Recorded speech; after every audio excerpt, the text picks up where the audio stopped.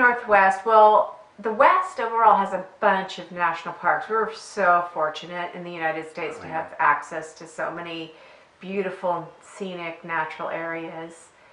We're also very fortunate because here in Oregon we have a couple of national parks, or is that right? National monuments, national parks. Yeah. So in this instance, we're going to talk about Crater Lake National Park. Yes. I didn't even know Crater Lake was a national park until I saw some woman with a t-shirt. And I mean, I knew it was a wilderness area and someplace I wanted to see, but so I said, oh, Crater Lake's a national park. She goes, yeah, I was surprised too. But it is beautiful. Yeah. Go ahead. Well, we camped for about a week. Yes. And that was really delightful. They had great campgrounds, great facilities. Manzana? Yeah, something. Yeah, Manzana Campground. It was down off the caldera, I guess I should say. Crater Lake is a collapsed volcano. So it kind of goes up nice and smooth, and then on the inside, it's a very steep drop down into the caldera that has since filled with fresh water. And there's an island in the middle. Yeah. Well, it's not in the middle. It's an island off to one side called Wizard Island. Yeah. You can actually hike if you get there at the right time of year. It's an island because it's the buildup of a new volcano right. being It's a built new within cone, that.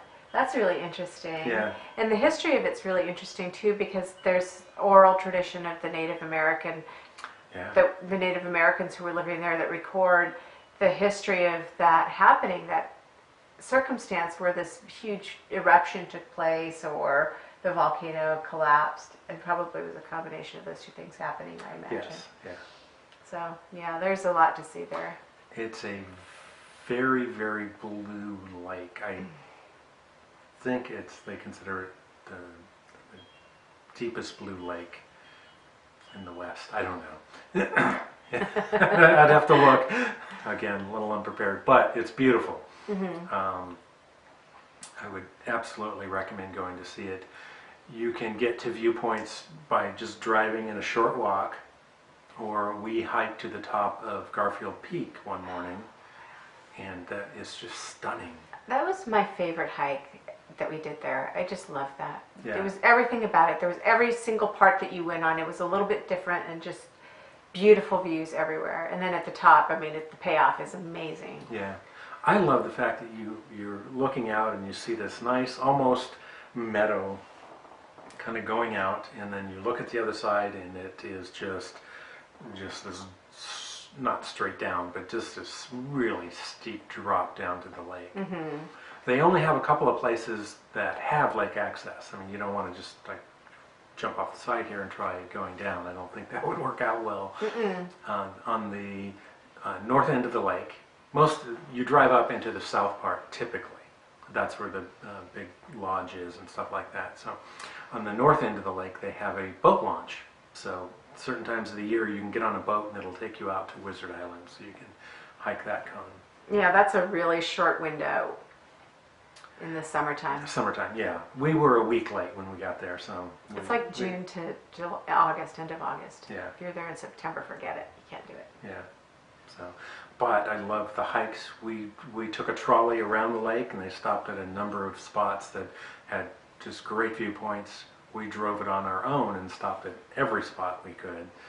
And there's some short hikes that'll take you out to some ledges, and the blue lake, the clouds are reflecting in it, and across they have one of the Indian legends is one of the peaks is a really sharp peak, and it comes down. It's very colorful, and I don't remember the specifics of the legend, but someone jumped off of that because they were in love. So, yeah. And then there's some really sharp kind of razorback rocks going down in certain areas. We learned a lot of the history from that trolley ride. Yeah. It was so fun because it was like an old time trolley that they put wheels on, so right. they could drive you around. And the guide was very entertaining. It was totally worth it. Yeah, definitely do the trolley ride. It takes you all the way around. Watchman is another place. We did a hike up this at sunset. So they have a guide takes you up, and he walks up about a third, and he waits until everyone catches up, because you're going up. It's fairly steep. Right, But it's we're a- it's- already at elevation. Yeah, but it's a nice even trail, so you're not. But they get you up to the top, and there's the watchtower is where they look for fires and that type of thing. And to watch the sunset, you see it turns to pink and darker. It's really nice.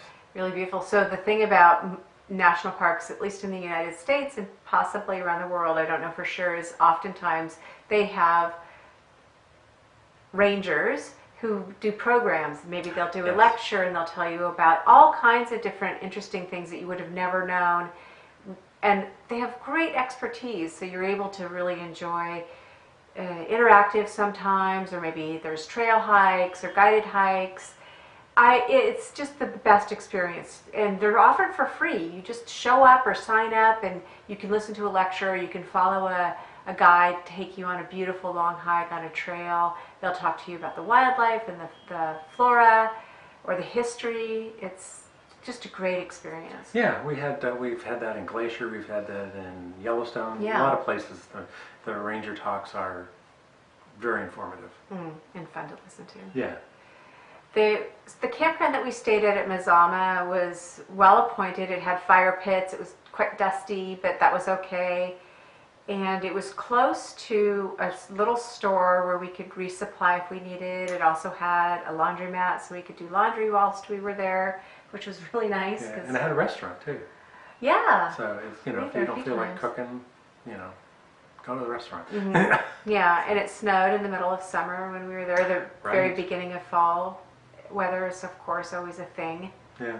It's just, I think, a very short-term access park. In the wintertime, if you wanted to visit, there's limited access to the park itself, but you could snowmobile, I believe, and also you could for sure cross-country ski or snowshoe, Right. which would be so much fun. They try to keep the trail open up to the rim. You can't drive around the lake at all.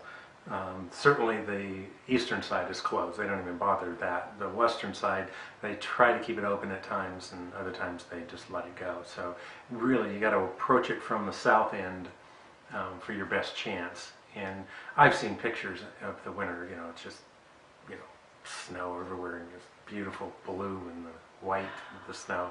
Really great. You got to do that. Yeah. So, but I don't know that I would camp in the middle of winter there. You'd have to. Ooh, that's tough because like the nearest town is quite a distance away. It's Is that Klamath? Klamath Falls. Klamath Falls, yeah. So, but you get up early, drive up. Hopefully, they'll have the roads clear. Their website will usually keep up to date on, what do you need, and you'll probably need chains because that's kind of a windy, steep road. You are going up the side of a caldera to the top, and the lodge is not open in the wintertime. The lodge gets, it's under snow. You can't even see it. So, but they'll keep a viewpoint open. So that must mean maybe a lot of the services, like the store and that kind of thing, are. Oh, I'm sure they're closed. Yeah. Yeah, You'd have to interesting. be really prepared, and I would. Well, of course, I'd recommend a 4-wheel drive. Yeah. But you're still probably need chains going up. It just depends. Yeah. Oh, so great. I definitely want to go back. Yeah, go in the summer. It's a little easier. All the roads are open. Right. You get all the viewpoints. There's other stuff. There's a canyon that has a nice waterfall. It has a lot of the ash spires. That was kind of cool. There's the old man of the lake, some Oh, yeah. super old tree that's kind of been floating around there for 100 years. It pops up every now and then Right. because it's so cold. It's kind of almost preserved, this chunk of wood. Yeah. I like that. Yeah. So it's we didn't see it, so they may just be making up that stuff. But, Sure. yeah. I will accept that maybe it made it. Yeah. But, yeah. So anyway, it's beautiful. It's absolutely earns. It's a national park. It's a national park for a reason. I'd recommend going. Yeah, me too. Thanks, Brad. Thanks, Sal.